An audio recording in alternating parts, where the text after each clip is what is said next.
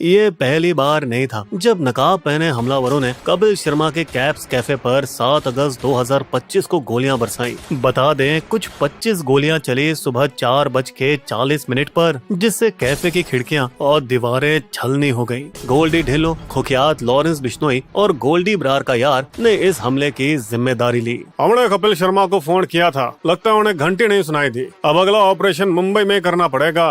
अब ये साफ लग रहा है कि बिश्नोई गैंग का निशाना कपिल शर्मा इसलिए बना क्योंकि उन्होंने अपने शो में बुलाया था सलमान खान को। वही सलमान खान जिनके घर पर 2024 में गोलियां चली थी, और ये वही गैंग थी जिसने इसी वजह से नेता बाबा सिद्दीकी को मौत के घाट उतार दिया था। मुंबई पुलिस भी अब कोई चांस नहीं ले रही है और उन्होंने कपिल शर्मा की सिक्योरिटी को और बढ़ा दिया। दोस्तों, हुआ कुछ यूँ था। 1 महीने पहले 10 जुलाई रात 1:50 पर एक शूटर बॉडी कैमरा पहनकर अपनी कार से कैप्स कैफे पर गोलियां चला गया और फिर रफ्तार से वहां से फरार हो गया। और सोचे, सिर्फ 6 दिन ही हुए थे जब 4 जुलाई को कैफे की ग्रैंड ओपनिंग हुई थी। हरजीत सिंह लड्डी, बब्बर खालसा इंटरनेशनल का मेंबर, जो कि एक जर्मनी बेस्ड खालिस्तानी आतंकी ग्रुप है और NIA की मोस्ट वांटेड लिस्ट में शामिल है, उसने इस हमले की जिम्मेदारी ली और वजह भी वही थी।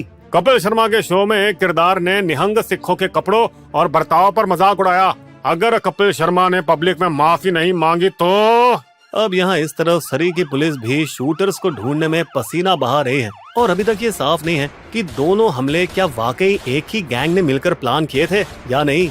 दोस्तों, बता दें, लॉरेंस के गुंडों ने पहले भी पंजाबी कलाकारों को निशाना बनाया है, जैसे 2023 में गिप्पी ग्रेवाल के वैंकूवर वाले घर पर हमला, फिर 2024 में AP ढिल्लो के कोल्डवुड वैंकूवर आइलैंड वाले घर पर गोलियां, और यहाँ तक कि उन्होंने उनकी गाड़ियों तक को आग के हवाले कर दिया।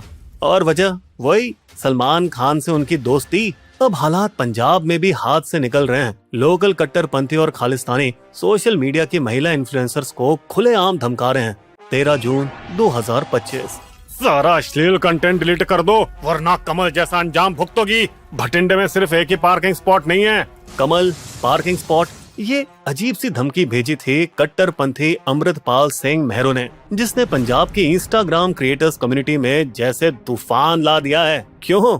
चलिए देखते हैं। कुछ साल पहले पंजाब के लुधियाना में कमल कौर बस एक आम बैंक कर्मचारी थी, लेकिन फिर कमल कौर ने खुद को रीब्रांड किया और बन गई कमल कौर भाभी, एक डिजिटल कंटेंट क्रिएटर जैसे बहुत लोग पैंडेमिक के दौरान बन गए। उन्होंने डबल मीनिंग, तड़कते भड़कते अंदाज में रिलेशनशिप, लाइफस्टाइल और कॉमिक्स किट्स पर वीडियो बनाए, जिससे धार्मिक कट्टरपंथियों के कान खड़े हो गए, जिनके मुताबिक ये उनकी संस्कृति का अपमान था। और शायद ये सही भी था, क्योंकि कमल कौर के वीडियोस ने खूब मर्दों को आकर्षित भी किया था, क्योंकि भाभी क्रश भारतीय मर्दों का सबसे बड़ा फैंटेसी जॉनर भी है। मगर हमारी कौर भाभी डरी नहीं, बल्कि इंस्टाग्राम, फेसबुक और यूट्यूब पर लाखों फॉलोअर्स और करोड़ों व्यूज का साम्राज्य खड़ा कर लिया उन्होंने।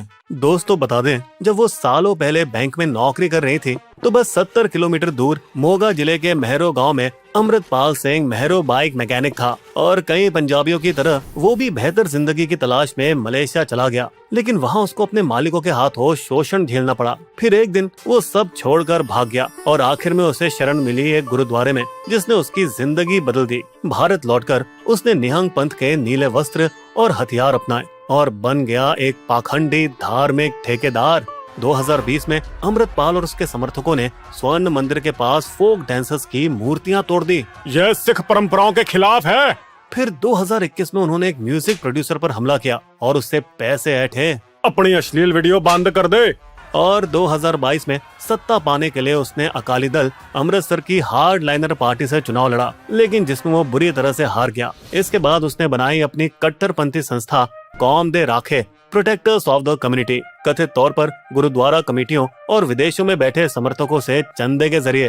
अब वो और भी बेखौफ हो गया। अपने विरोधियों को डराने के लिए वो सोशल मीडिया पर हथियार दिखाने लगा और SUV में घूम घूम कर अपनी ताकत दिखाने लगा, ताकि युवाओं को रिझा सके। दोस्तों, बता दे, ये उसका 7 लाख फॉलोअर्स वाला फेसबुक पेज ही था, जिसमें वो सिंगर्स और महिला क्रिएटर्स को धमकाने वाले वीडियो डालता था। लेकिन अब उसकी आंखों का सबसे बड़ा कांटा बन चुकी थी कमल कौर भाभी। मगर उन्हें कोई फर्क नहीं पड़ता था और उन्होंने अपना वीडियो बनाना जारी रखा। अब 7 जून 2025 को बिजनेसमैन के भेस में महरो खुद कौर भाभी के घर पहुंचा। हम कमल जी से बिजनेस के सिलसिले पर बात करने आए हैं। वो तो घर पर नहीं है। तो वो अगले दिन फिर लौट आया।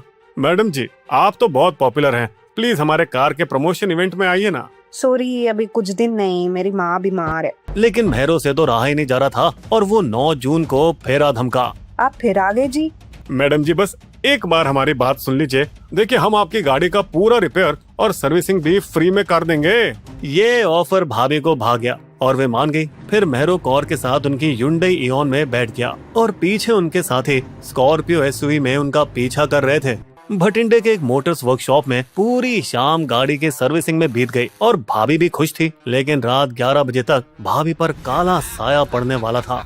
कार की मुफ्त सर्विसिंग के बाद भाभी बहुत खुश थी, लेकिन जब वो कार में बैठी तो जल्दी ही माहौल सदमे में बदल गया, क्योंकि मेहरो और उसके दोनों आदमी उनके सामने थे। आपको कितनी बार समझाया है, क्यों अश्लील वीडियो डाल रहे हैं? आप तो सिखड़ी भी नहीं हो, अपना सोशल मीडिया से कौर सरनेम हटाओ। फिर खुद डिलीट करने के लिए उन्होंने भाभी का फोन छीनने की कोशिश की, लेकिन भाभी ने भी पूरी ताकत से उनका विरोध किया। अब उन्होंने कथित तौर पर भाभी को थप्पड़ मारा और उनका फोन छीन लिया। इसके बाद वो रुके नहीं, लगातार थप्पड़ बरसाते रहे। पासवर्ड क्या है? क्रूरता की हद पार हो गई थी और शायद 2 से 3 घंटे तक ये जुल्म चलता रहा था। और जैसा कि कहा जा रहा है, देर रात 2 बजे 10 जून को कार के काले शीशों के अंदर कमर कस पारंपरिक निहंग बेल्ट का इस्तेमाल करके उन्होंने कौर का गला घोटा और ये खौफनाक वारदात करीब 15 मिनट तक चली। फिर कार को भटिंडे के आदेश मेडिकल यूनिवर्सिटी के सुनसान 5 एकड़ पार्किंग में छोड़ दिया, जहां पे गर्मियों की छुट्टियां और वीकेंड की बारिश की वजह से काफी कम गाड़ियां थी। फिर पूरे 2 दिन बाद 11 जून की रात को लोकल लोगों को कार से बदबू आने लगी। फिर जब पुलिस पहुंची तो वो सोशल मीडिया इन्फ्लुएंसर कमल कौर भाभी का शव देखकर दंग रह गई। पंजाब पुलिस ने एक दिन में ही मेहरो के 2 आदमियों को गिरफ्तार कर लिया, जिन्होंने चौंकाने वाले खुलासे किए। उन्होंने बताया कि 3 महीनों से ये हरामजादे कौर भाभी के घर के पास के होटल में ठहरे हुए थे और भाभी की हर गतिविधि, हर मूवमेंट पर नजर रखे हुए थे। और अब यहाँ पुलिस का फंदा बॉस मेहरो की गर्दन तक पहुँचने से पहले ही हत्या के अगले दिन वो सुबह ही अमृतसर से होते हुए UAE भाग गया था, जिससे ये साबित होता है कि ये सब पहले से ही प्लान किया गया था। इसके बाद पंजाब पुलिस ने तलाश का आदेश जारी किया, इंटरपोल को सूचना दी और उसे भारत वापस लाने की कोशिश शुरू कर दी है। और भी चौंकाने वाली बात ये थी कि कनाडा बेस्ड खालिस्तानी गैंगस्टर अर्श डल्ला, जो हमारी 2 पुरानी वीडियो में भी आ चुका है, वो भी इसमें शामिल था और अक्टूबर 2024 में उसने भी कमल को धमकी दी थी, अपने गंदे वीडियो हटा वरना तेरे पूरे खानदान को मार दूंगा। उसी दौरान कनाडा में एक शूटआउट के बाद डल्ला गिरफ्तार हो गया, लेकिन भारत अब भी उसे वापस लाने की कोशिश कर रही है। ये क्रॉस बॉर्डर गैंगस्टर कनेक्शन वही कहानी दोहराता है जो हमने देखी थी गोल्डी ब्रार के केस में, जहां कनाडा में बैठकर उसने सिंगर सिद्धू मूसेवाला की हत्या करवाई थी, जो कि भाभी से कहीं ज्यादा मशहूर था। और दोस्तों, ये सब पंजाब में बढ़ते धार्मिक कट्टरवाद की भी कड़ी है, जैसे नामधारी अमृतपाल सिंह, जिसने कई बार कानून अपने हाथ में लिया, फिर हफ्तों पुलिस से भागता रहा,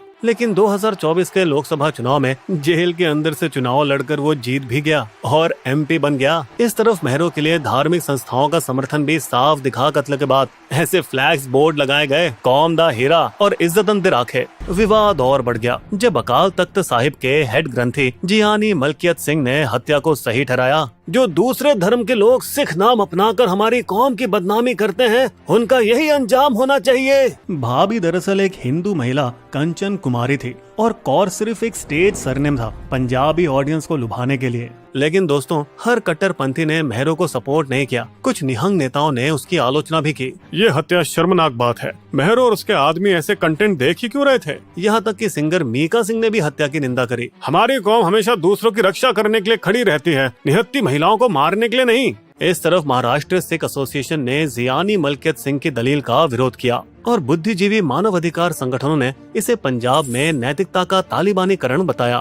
वैसे इस गुंडागर्दी ने 1980 के दशक की याद दिला दी, जब प्रसिद्ध गायक अमर सिंह चमकीला और उनकी बीवी अमरजोत कौर को आतंकवादियों ने मार दिया था, उनके अश्लील गानों से धर्म का अपमान करने के लिए। आज पंजाब पुलिस मेहरो के सोशल मीडिया अकाउंट्स और उनके फॉलोअर्स के पोस्ट जो हिंसा को बढ़ावा देते हैं, उन्हें हटाने में जुटी है। लेकिन उनका काम आसान नहीं है दोस्तों, क्योंकि सिर्फ खालिस्तानी विदेशी ग्रुप ही नहीं, बल्कि पाकिस्तानी गैंगस्टर शहजाद भट्टी भी मेहरो के समर्थन में है। वो एक बहादुर शेर है।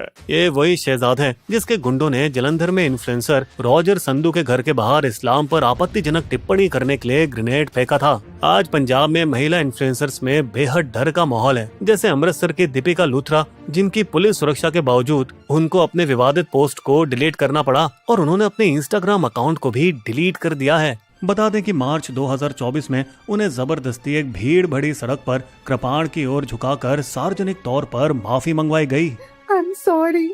दोस्तों बता दें, भाभी के पोस्टमार्टम रिपोर्ट में उनकी जांघों और प्राइवेट पार्ट्स के पास संदिग्ध निशान पाए गए हैं। शरीर के अंदरूनी हिस्सों और नमूनों की जांच अभी चल ही रही है ताकि ये पता लगाया जा सके कि यौन शोषण हुआ है या नहीं।